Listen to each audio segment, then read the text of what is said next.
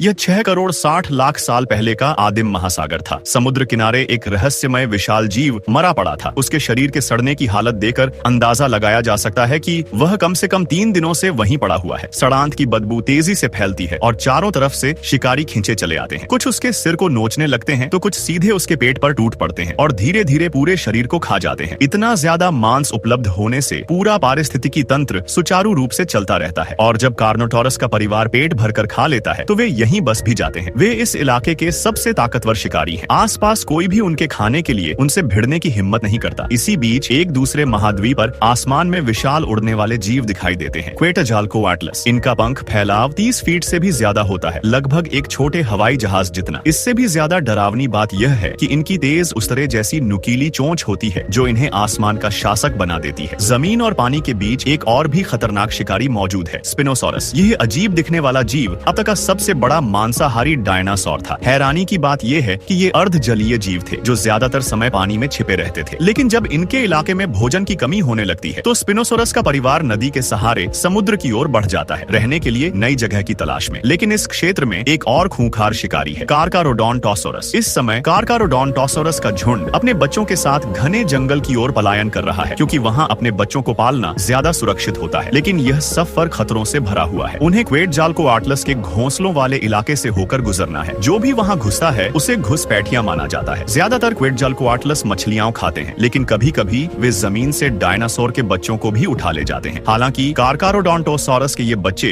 इस बात से अनजान हैं कि खतरा उनके बहुत करीब आ चुका है। एक ऐसा युग जो विशाल शिकारियों से भरा हुआ है। अपने माता पिता के पास रहना ही उनकी एकमात्र सुरक्षा है। लेकिन इस बार खेलते खेलते कुछ बच्चे अपने माता पिता से बहुत दूर चले जाते हैं। इन्हीं में से एक बच्चे को क्वेटजाल्कोएटलस जमीन से उठाकर ले उड़ता है ताकि शिकार ज्यादा संघर्ष न कर सके। क्वेटजाल्कोएटलस उसे लगभग 700 फीट की ऊंचाई तक ले जाता है और फिर उसे नीचे गिरा देता है। उस बच्चे की मौत सिर्फ इसलिए हो जाती है क्योंकि उसे खतरे का अंदाजा नहीं था। उसकी दर्दनाक मौत बाकी बच्चों के लिए एक चेतावनी बन जाती है। लेकिन इस एक बच्चे की मौत 2 डायनासोर परिवारों के बीच जंग छेड़ देती है। कार्कारोडोंटोसॉरस का झुंड बदला लेना चाहता है और वे एक सोची समझी योजना बनाते हैं। वे अपने बच्चों को चारे की तरह इस्तेमाल करते हैं ताकि क्वेटजाल्कोएटलस को बाहर लुभाया जा सके। जैसे ही क्वेटजाल्कोएटलस नीचे आता है, वयस्क कार्कारोडोंटोसॉरस ऊंची जगह से छलांग लगाते हैं और उसकी गर्दन को जोर से काट लेते हैं, उसे जमीन पर घसीट लाते हैं। इस तरीके से कार्कारोडोंटोसॉरस परिवार 2 क्वेटजाल्कोएटलस को मार गिराने में सफल रहता है। लेकिन जैसे जैसे और ज्यादा क्वेटजाल्कोएटलस मदद के लिए आने लगते हैं, कार्कारोडोंटोसॉरस का झुंड ज्यादा देर तक लड़ाई जारी रखने की हिम्मत नहीं कर पाता। वे सिर्फ अपने बच्चों की रक्षा करते हुए बेतहाशा गहरे जंगल की ओर भागते हैं। काफी संघर्ष के बाद वे क्वेटजाल्कोएटलस के हमलों को रोकने में कामयाब होते हैं और तभी यह भयानक लड़ाई आखिरकार